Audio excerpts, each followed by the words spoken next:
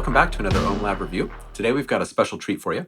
It's a synth from the folks over at PluginBoutique called Virtual CZ, and this is an emulation of the classic Casio CZ or Casio CZ synths, depending upon where you come from. We'll refer to it as CZ, being from the US and all. Now, this is a treat. Like I was saying, it's pretty cool to take a walk down memory lane like this.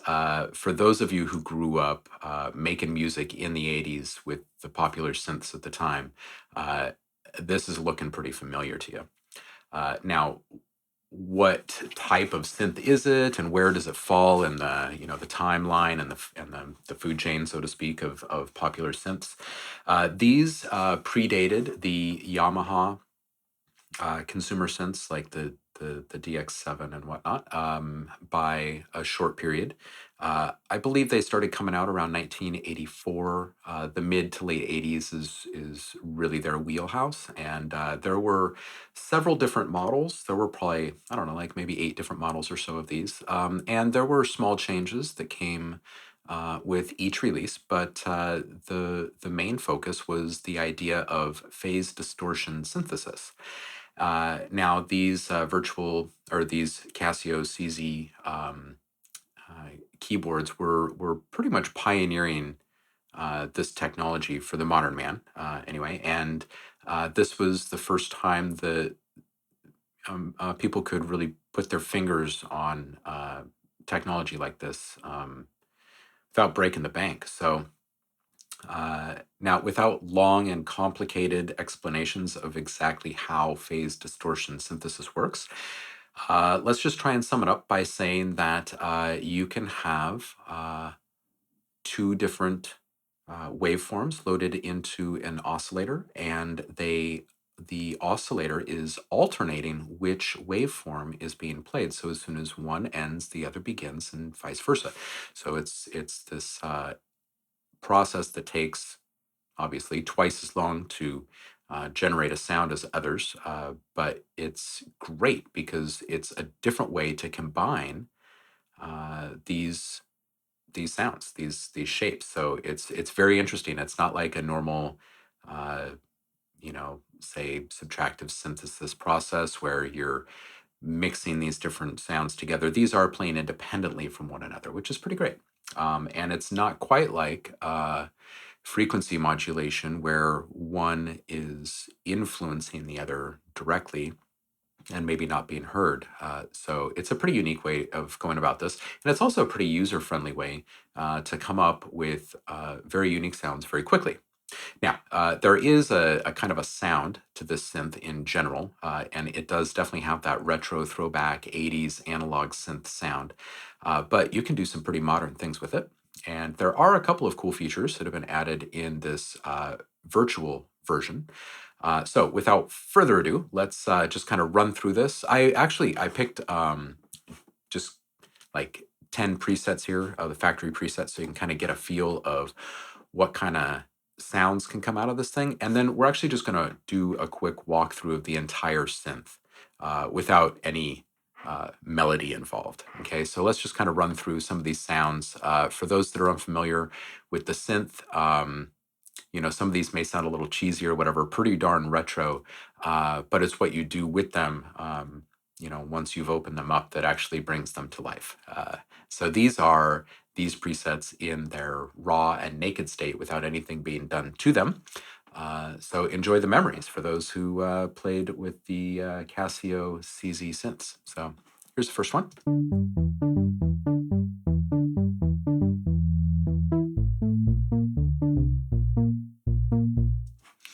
I should probably open up these as we're playing through them. So this is the lately bass preset.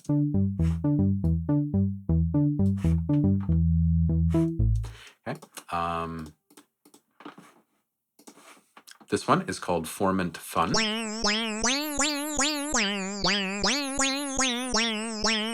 Okay, so you can get pretty goofy.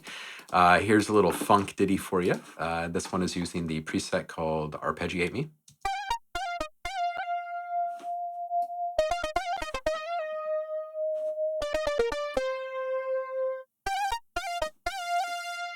And of course, you know, we can beef these up a little bit. We don't want to spend a bunch of time on this, but.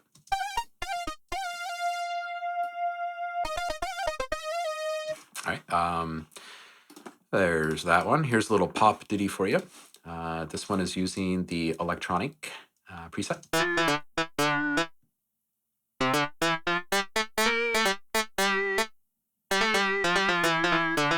Tried to put together some riffs for you that would sound matching to the era. So here's a little organ riff. You'll probably hear something familiar in this. This is using the organ channel 60 preset.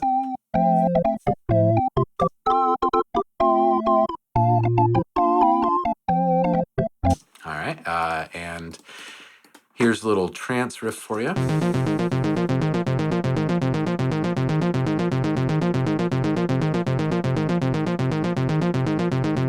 That's the one Unibase preset there. A little Latin flavor for you. This is using the soft brass preset.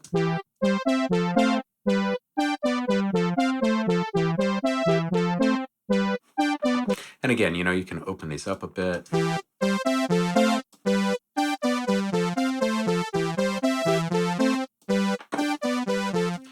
Bring them to life. Again, we're just kind of running through a few of the presets here as well. Give you an idea of what kind of sounds can come out of this. This is using the emotional preset.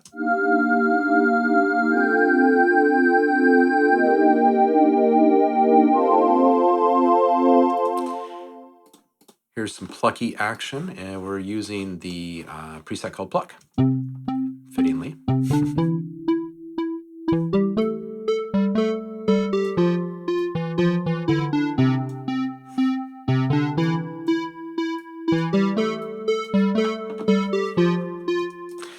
Very retro. All right, and here's a little more of a modern arrangement, kind of a hip-hoppy thing, called using the preset called Moogie. Moogie.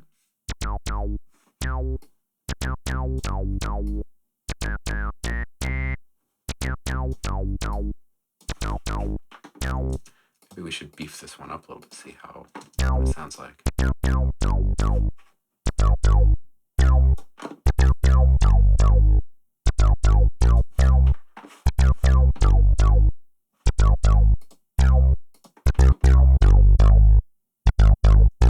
All right, anyway, so you can see how quickly you can start tweaking these things. Obviously, you can with pretty much any synth, but let's just walk through the individual features of this thing. To begin with, there isn't much in the way of customizing options for this, so we'll just get that right out the way first.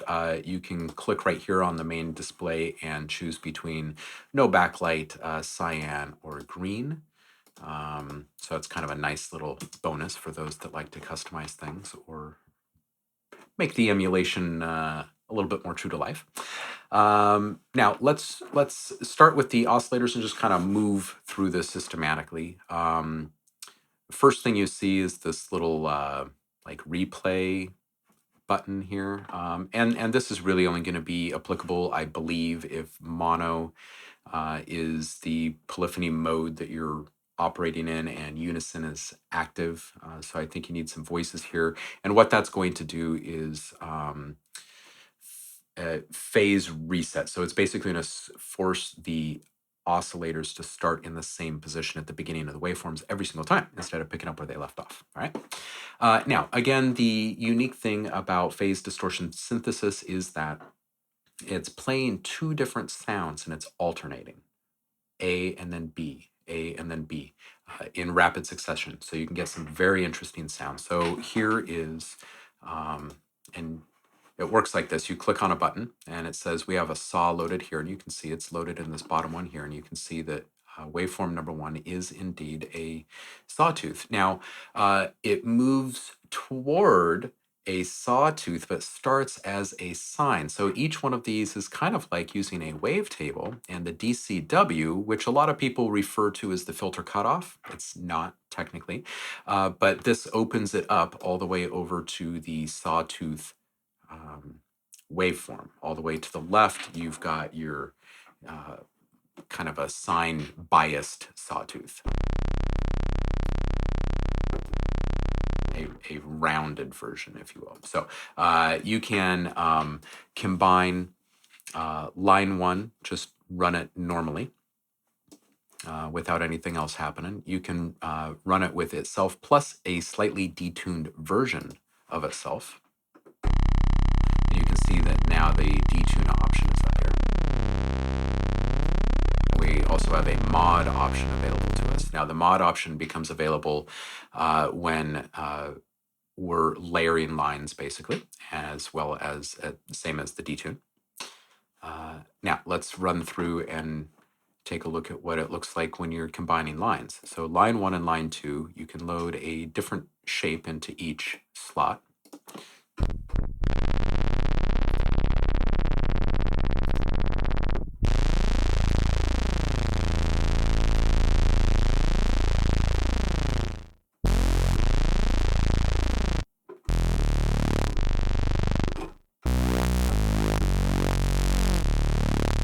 Some pretty interesting sounds coming out of this thing already. So that is how the oscillator panel works. You load up a sound into each spot. You figure out how you want to layer them together. And of course, detune, mix, these things are pretty self-explanatory. Same with vibrato. You can sync it to a host, okay? Or you can just leave it freewheeling and just move a rate knob. You can affect the depth and the delay. The delay is the start time, okay? So if you don't want vibrato on something immediately, you just delay it by a little bit. And then, of course, the shape of your waveform that is controlling the vibrato, okay? By default, it is triangle, which was pretty darn popular in the 80s. Nowadays, see a lot of sine, but hey, use whatever you like. The master panel over here allows you to edit your voicing options. So you've got your polyphonic option, your legato option. Okay, polyphonic allows you to play a whole bunch of different notes at once. So this is great for chords. Okay, for instance, legato is the mode that's going to allow you to use glide. So here's the portamento is what porta stands for, and that's glide. Okay.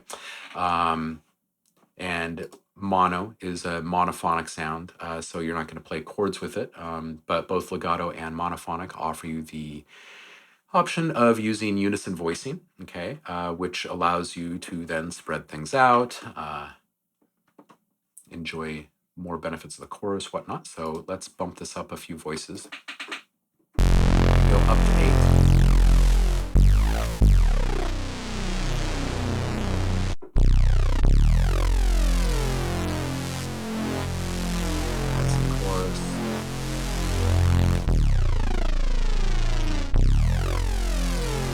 Okay, so of course you can set your portamento or your tuning here as well. Scaling is an interesting one. It gives you a nice nice display of how your velocity and aftertouch scaling is set up, which is great, and your tuning table, which is basically you know, which key is going to equal which pitch. Okay. And there are very few options here, but they all make sense. You can lock them when you've got them all set up so you don't accidentally delete or edit your stuff. Let's see here. What else can you do? Oh, there is a chorus button here. If you click on it, you can choose between the two main modes. The CZ is the original hardware chorus. I kind of prefer the first one. Second one is a little bit more real. Oh, there's also this little button. You can see that there's this little white outline here. Now, this is going to light up every time that it's recognizing MIDI going in or out, but it's also your panic button. Okay, so if you somehow overload and the synth gets caught up on a voice or something, just go ahead and click that. It should fix that for you. Okay. Now, the last part of this walkthrough is the envelope system. Now, for those that didn't grow up with the Casio CZ series and you don't use modern soft synths like, which ones have them? Zebra from Yuhi has multi-stage envelope generators. What else does? Absinthe does in a way, I guess. And well, there are several. Alchemy, I believe, although that's not a current synth anymore, until Apple brings it back, hopefully. Anyway, I digress. You can switch to a traditional ADSR option here, and what this does is allow you to affect the pitch, the DCW, and the amp. Now, we briefly touched on what the DCW is. Again, a lot of people kind of refer to it as cutoff, and it does kind of act in that way. To a certain extent, it's actually controlling the angle at which a wave or an oscillator is reading the wavetable that you're using. So the more open it is, or the higher the value of the DCW, the more open the sound, the more representative of these symbols. Okay, it is. So it'll give you options for depth and velocity here to affect your pitch. Depth, velocity, and key, which is key tracking with the DCW. And this is really going to affect your timbre. And that's the big part of why it's here. It's pretty powerful stuff. It's a little deceiving when you've been working with incredibly modern tools and you come to like face to face with these simple sliders. It doesn't think you like it doesn't really seem like you're going to be able to accomplish as much. But it's actually quite powerful. And then same goes for the amp envelope. Now, when you switch over to, and again, before we move on, ADSR stands for attack, decay, sustain, and release. Okay, so it's a very simple envelope control process.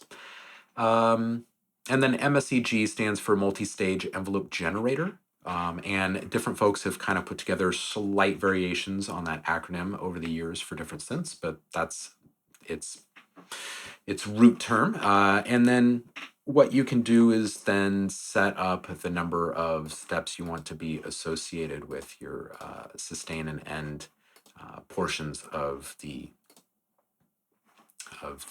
envelope. And you can see that the readout above here now is showing you, like, it's correlating visually what you're doing down here, which makes it quite easy to get used to. So if you are unfamiliar with multi-stage envelope generators, at least you have this visual aid to help you get started. Okay, so this multi-stage envelope that I just created right here is affecting the pitch of line 1, and that's both of these sounds combined. Okay, now there's some stability added to the sound because line 2 is not being modulated in any way on the pitch. Now, you want to turn those off, and you can just turn those off here.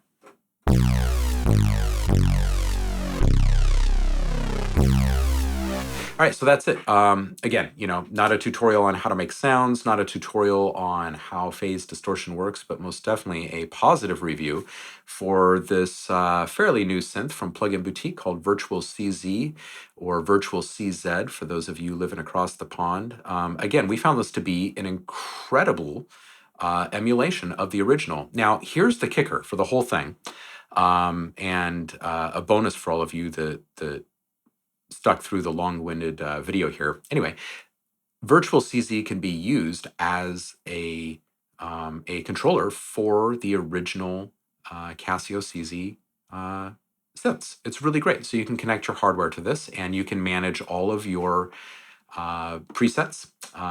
It runs off of sysx, so you can send and receive sysx files from your various favorite synths. You can even save your own presets, share them with friends. You can set what model, which patch slot your MIDI out to which controller. You can open up your manual directly from within the synth, which is very nice, very responsive, and it gives you a complete breakdown of every last thing you could possibly imagine with this thing. It's incredibly popular, helpful. I think the only other thing that I haven't shown you is that there is actually the ability to copy, paste, randomize, and reset on any of these envelopes. So programming your sounds is a pretty quick and easy and intuitive process, especially if you're using all these tools to your advantage. So 2 big thumbs up from OhmLab for the Virtual CZ synth. Thanks for tuning in. We hope that you got a kick out of this synth and that you go and at least grab a demo of it. At the very least, take it for a spin. It's a lot of fun. And for those of you who grew up making music or were even barely exposed to the synths of the 80s, you want this one. It's pretty darn good. It's a fun little walk down memory lane. Anywho, thanks for tuning in. As always, if you have something specific that you would like us to review, give us a shout. Let us know in the comments below. Shoot us an email. Hit us up on one of our various social profiles around the World Wide Web. Thanks for stopping by. Always great to see you. And we'll do it again soon. Cheers.